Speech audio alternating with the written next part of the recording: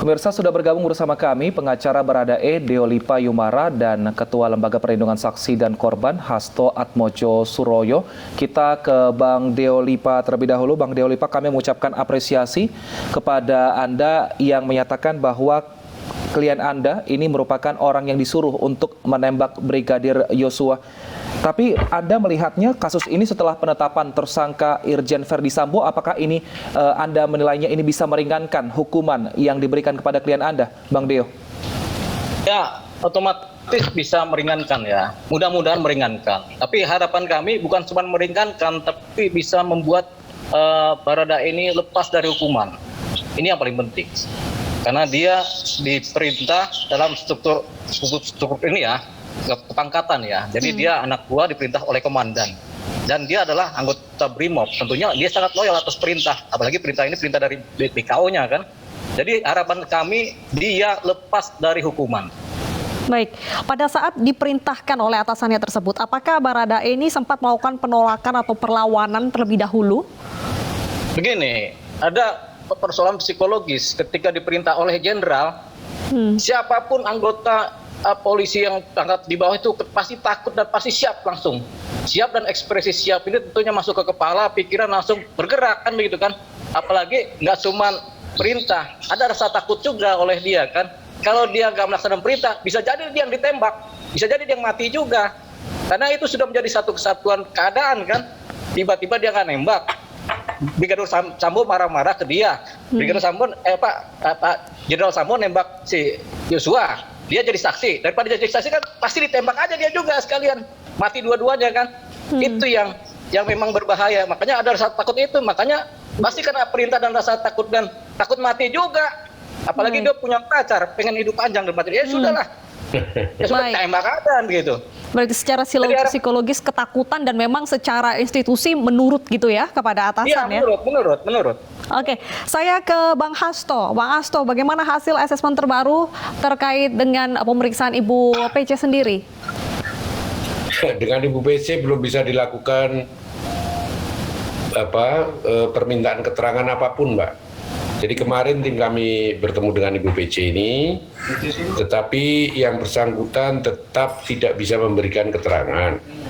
Bahkan ketika psikolog maupun psikiater yang bersama kami ke sana, sebagai tim LPSK, mengajukan beberapa pertanyaan gitu ya, berdasarkan teori-teori mereka lah, itu juga tidak direspon. Dan ketika ditawarkan apakah wawancara bisa dilakukan melalui tulisan, itu juga tidak direspon. Jadi untuk sementara kami sampai pada penilaian memang barangkali Ibu Putri ini tidak memerlukan perlindungan sebenarnya. Baik, artinya LPSK saat ini masih menunggu kalau untuk Ibu PC ini ya terkait dengan psikologisnya, jika nanti mungkin membutuhkan baru menghubungi seperti itu ya Pak Hasto ya? Ini kan sebenarnya sudah lewat waktu ya. Betul. Jadi kami akan segera putuskan dalam rapat paripurna. Jadi kami sedang menunggu risalah yang disusun oleh tim penelaah yang melakukan investigasi maupun assessment.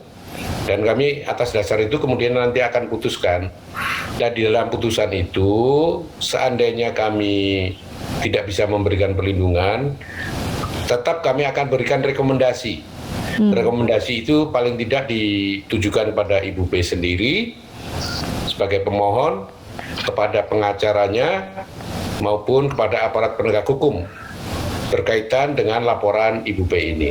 Baik, berarti hingga saat ini masih terus dikaji dan dilakukan asesmen. Saya kembali ke Bang Deolipa. Bang Deo, ada pernyataan menarik dari Pak Mahfud MD bahwa Baradae ini harus dilindungi dari racun ataupun motif apapun karena pada pertama kali adalah orang yang mengungkap kasus ini secara terang benderang. Bagaimana perlindungannya hingga saat ini, Bang?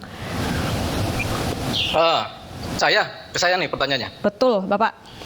Oke, saat ini kan dia di bawah perlindungan Bareskrim. Sebelum masuk ke LPSK, tentunya sekarang ini dia di bawah perlindungan Bareskrim. Saya yakin dengan Bareskrim, dengan penyidik-penyidiknya baik semua. Mereka orang-orang yang secara proporsional polisi mereka yang paling baik lah menurut saya ya, di penyidikan di Bareskrim ini kan. Jadi penanganan terhadap tersangka juga ya baiklah. Jadi saya juga merasa aman. Tentunya si tersangka aman, saya pun merasa aman dan nyaman. Makanya saya tidak ngapa-ngapain di baris krim. Saya sudah melihat situasinya. Oh, begini pengamanannya sangat aman sekali. Dan klien kami pun senang di sana itu kan. Dia nyaman lah. Setelah lepas dari semuanya kan dia nyaman gitu. Nah, tapi ada dua posisi lembaga yang memang berwenang untuk mengamankan klien kami ini. Yang pertama adalah baris krim sebagai lembaga penyidik, yang kedua adalah LPSK sebagai lembaga pelindung. Nah, kita minta ke LPSK juga supaya makin kuat ini pengamanannya. Karena takut dia seperti kata Pak Mahfud MD, takut diracun oleh pihak lain atau apa. Nah, kita nggak tahu kan, takut ada kelengahan itu. Jadi memang tetap kita meminta ke LPSK supaya dimohonkanlah supaya cepat-cepatlah ini kawan kita ini Pak Baradae ini diselamatkanlah dalam lindungan LPSK. Baik, Pak Hasto, kalau meminta perlindungan dari LPSK, apakah memang harus ada orang yang datang ke LPSK untuk meminta perlindungan atau bisa secara jemput bola seperti itu LPSK yang kemudian datang ke pihak-pihak orang yang menjadi saksi ataupun korban untuk kemudian bisa dilindungi seperti itu Pak, sehingga proses hukum dari kasus ini bisa berjalan lancar? Dua-duanya bisa dilakukan, Mas. Jadi ada yang pemohon itu datang ke LPSK, itu saksi maupun korban langsungnya, baik itu juga bisa diwakili oleh keluarga, oleh pengacara maupun pendampingnya, tetapi juga bisa direkomendasikan oleh aparat penegak hukum maupun instansi yang sering menangani perkara-perkara misalnya kekerasan seksual pada perempuan dan anak gitu ya. Itu kan banyak instansi yang menangani ya, baik di pusat maupun di daerah. Itu bisa merekomendasikan pada LPSK untuk memberikan perlindungan pada saksi atau korban. Baik, Bang Hasto, menanggapi dengan permintaan dan juga harapan dari Bang Deolipa tadi, bagaimana adanya perlindungan terhadap Baradae? Kalau kami kan sudah sejak awal memprediksikan dan mengantisipasi, bahkan sudah kami sampaikan lebih dulu kepada Baradae ini, karena kami melihat potensi yang bersangkutan ini menjadi tersangka sangat besar.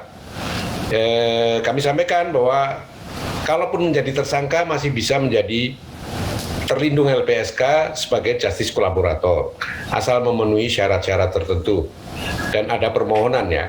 Nah, kemarin Pak Deolipa ini bersama rekannya kan sudah ke LPSK untuk mengajukan permohonan perlindungan sebagai justice kolaborator kepada Baradae ini.